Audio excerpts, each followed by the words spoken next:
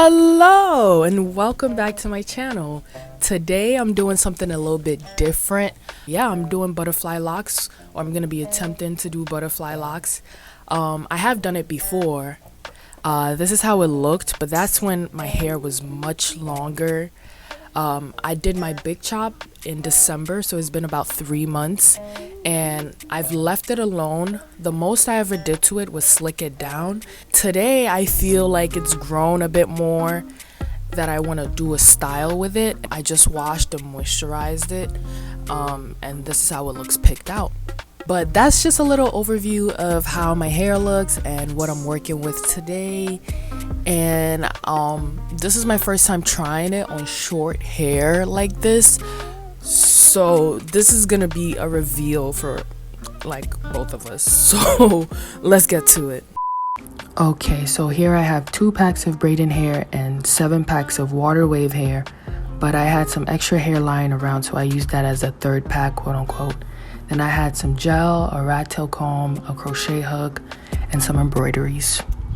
I also used some rubber bands, but I had soaked them in oil for about a week so it wouldn't harm my hair. Okay, so now here I'm parting my hair. I had a mirror behind me, but I kind of cheated because I had my watch. So I was using my watch, but anyway, after I parted it, kind of freestyle as straight as I could, I tied it up with a shoelace, okay? Don't judge. You got to get creative out here, you know. I didn't have anything to tie up my hair that's that short, you know. So, yeah, next I went up in there and I cleaned up the parts, and this is kind of how it looked. I wasn't really aiming for it to look straight, so it didn't really bother me. But I added some gel and then I cleaned it up some more. This is kind of hard to explain, but you know, just do your best. Just do your best. So next I went in with the comb and made smaller parts, and I put some gel just to make the parts look cleaner. And then I tied it up with the rubber band. Since it had been soaked in oil, it kind of slid on easily. It didn't really pull my hair. And this is the whole bottom row. Y'all, it was like almost 5 a.m. at this point, but I really wanted to get the technique down before I shared it. So first, I pull the braiding hair through with the crochet hook. And then I separate a piece of the water wave hair, just so it gets fluffy. And then I actually use 2 pieces just so it's sufficient enough to wrap around. So next, instead of pulling the whole hair through, I kind of pull just at the very beginning, just so I have the rest of the length to wrap around the braiding hair. So as you can see, I'm just kind of pulling the very end of the water wave hair, just so I'll have the rest of the length to wrap around like the braiding hair, if that makes sense. So then I separate the part that I'm actually going to be wrapping around the hair from what is being wrapped, and I grab my hair in addition to what is being wrapped, and then I start wrapping. As you can see, I kind of accidentally grabbed a piece of the braiding hair, but it was fine, especially since it was the same color. This is color 4, by the way.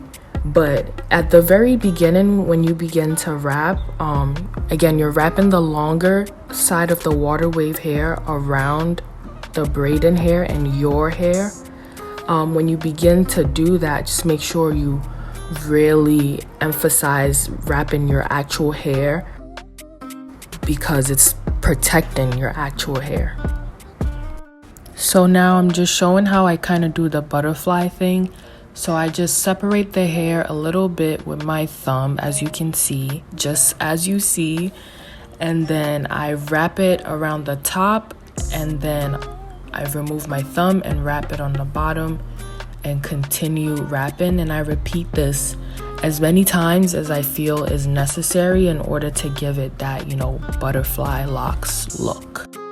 So now, as you can see, I still have more braid in hair, but I ran out of like the water wave hair that I'm using to wrap the braid in hair. So I kind of just tie the end to secure it, and then I take another piece of hair, and now I'm standing so you could get a better view of what I'm doing. So with the second piece of water wave hair that I have, I'm gonna wrap it around the very end where I left off, and then I'm gonna secure it by wrapping the hair around itself, around the braiding hair, if that makes sense. But kind of like I'm gonna wrap it at the top a couple of times before I start wrapping it downwards.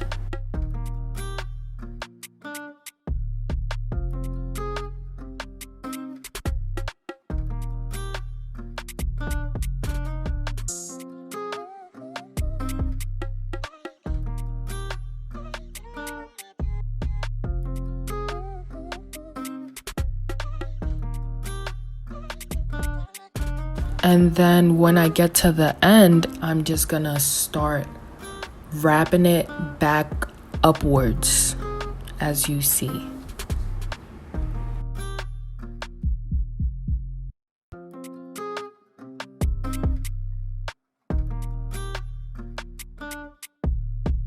So sometimes I wouldn't wrap all the way to the end, and if I have an end sticking out, I just cut it.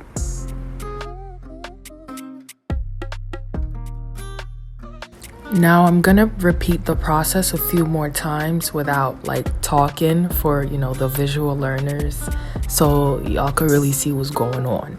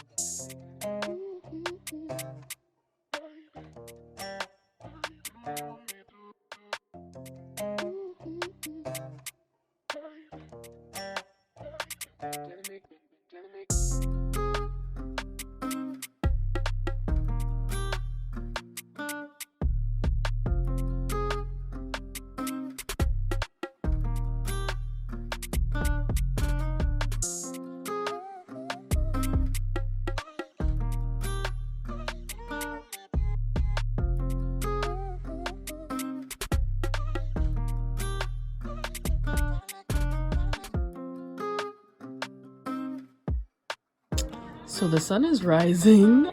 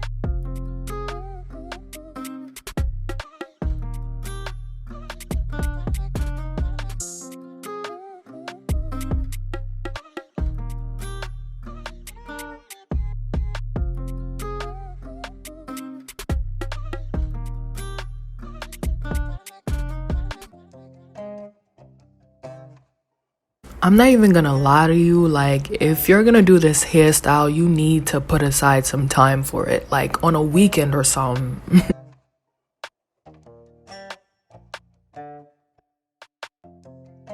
It is currently 8:19 in the morning. I have not slept all night. The sun is out, the birds are chirping, like...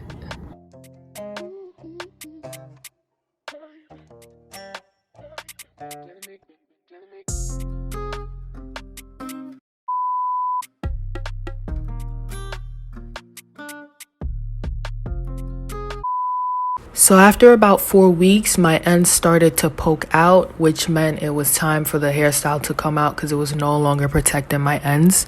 But first, I'm gonna show y'all a few tips about how I cared for the style.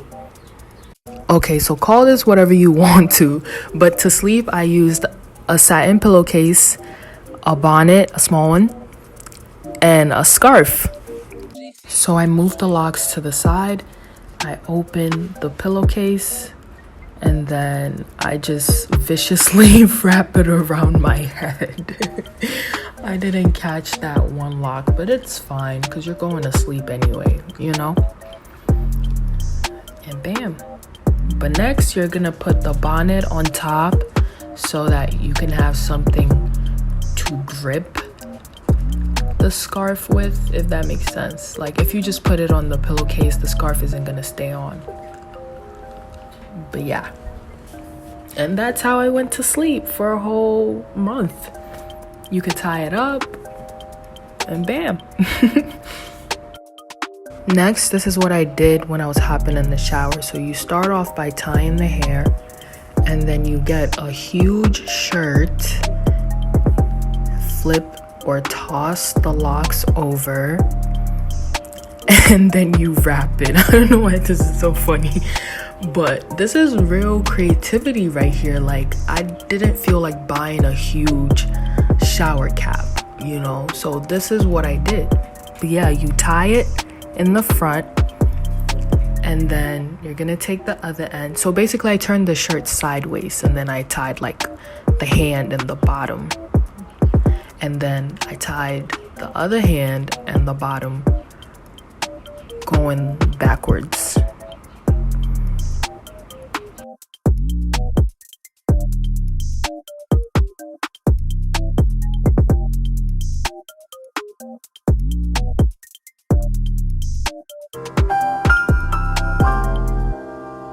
Now, to take care of my actual hair underneath, I used a spray bottle with water and leave-in conditioner, some oil of my liking, and that's shea butter mixed with henna powder.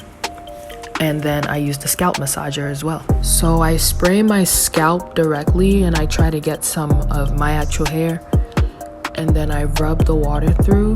Then next I go in with my oil, and I'm just showing a little section, but I do this around my whole scalp.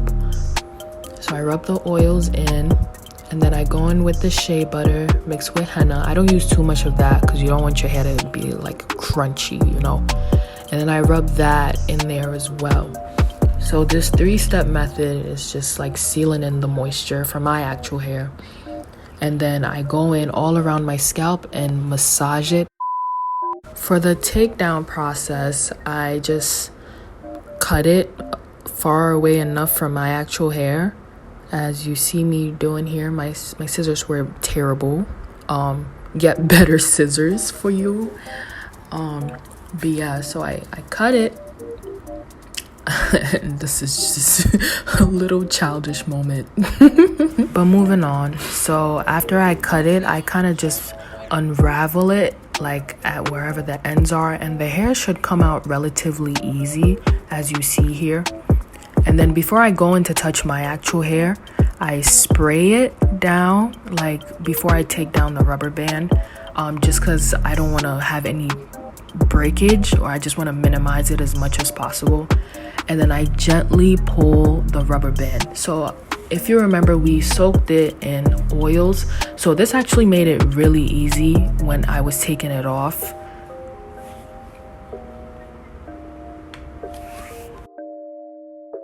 And now a few more examples for the visual learners.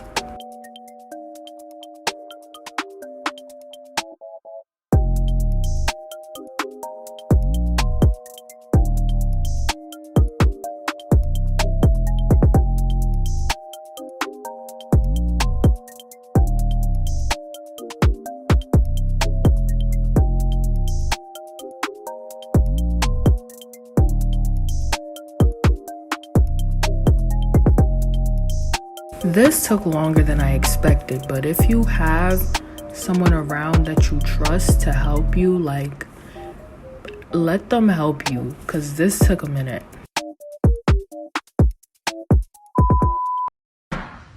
Give me a beat.